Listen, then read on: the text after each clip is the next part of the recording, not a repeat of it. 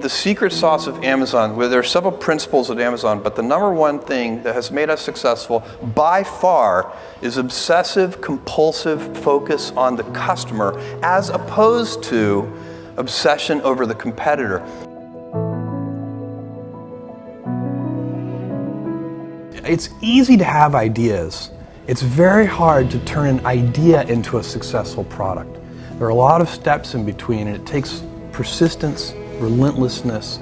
So I always tell people who are, who think they want to be entrepreneurs, you need a combination of stubborn relentlessness and flexibility. And you have to know when to be which. And basically you need to be stubborn on your vision, because otherwise it'll be too easy to give up. But you need to be very flexible on the details, because as you go along pursuing your vision, you'll find that some of your preconceptions were wrong, and you're going to need to be able to change those things.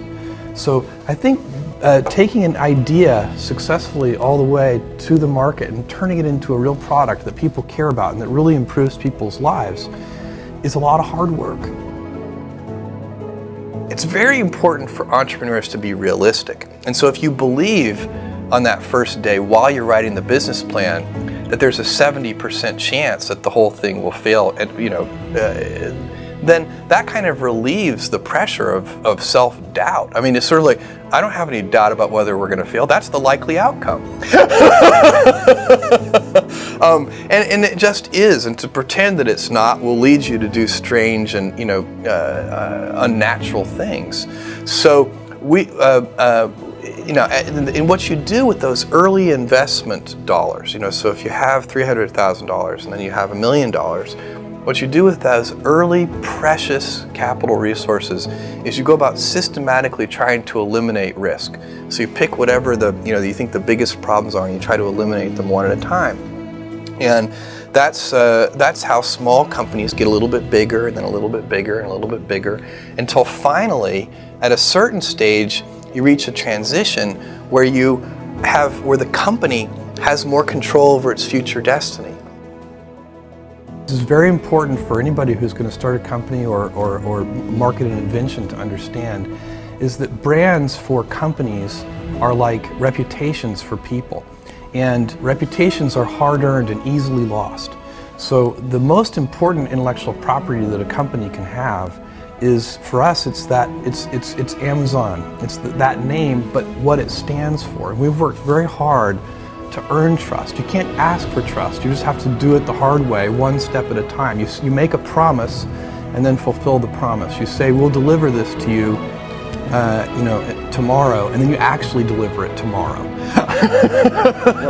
And if you do that over and over again, then ultimately you can instill your company's name with a reputation. And that's, I think, sometimes people talk about brands in this very amorphous way, but for me, I like to think of it as a person, and what is the reputation that that person has, and how have they earned that reputation? Everything I've ever done has started small. Amazon started with a couple of people, and Blue Origin started with 5 people, and the budget at Blue Origin was very, very small. Now the budget at Blue Origin approaches $1 billion a year. And next year it'll be more than $1 billion. And Amazon, it literally was 10 people. Today it's 500,000 people, but it's hard to remember for you guys, but for me it's like yesterday I was driving the packages to the post office myself, and hoping one day we could afford a forklift. And so for me, I've seen small things get big, and it's part of this day one mentality.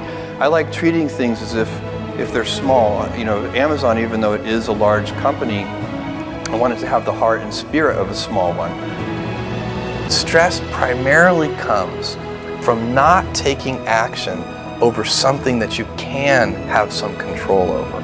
So if I find that some particular thing is causing me to have stress, that's a warning flag for me. What it means is there's something that I haven't completely identified, perhaps in my conscious mind, that is bothering me and I haven't yet taken any action on it. I find as soon as I identify it and make the first phone call or send off the first email message or whatever it is that we're going to do to start to address that situation, even if it's not solved, the mere fact that we're addressing it dramatically reduces any stress that might come from it. So stress comes from ignoring things that you shouldn't be ignoring, I think in large part. So stress doesn't come, people get stress wrong all the time in my opinion. Stress doesn't come from hard work, for example. You can be working incredibly hard and loving it. And likewise, you can be out of work and incredibly stressed over that. So, and likewise, if you kind of use that as an analogy for what I was just talking about, if you're out of work, but you're going through, a disciplined approach of, a series of job interviews and so on and working to remedy that situation, you're going to be a lot less stressed than if you're just worrying about it and doing nothing.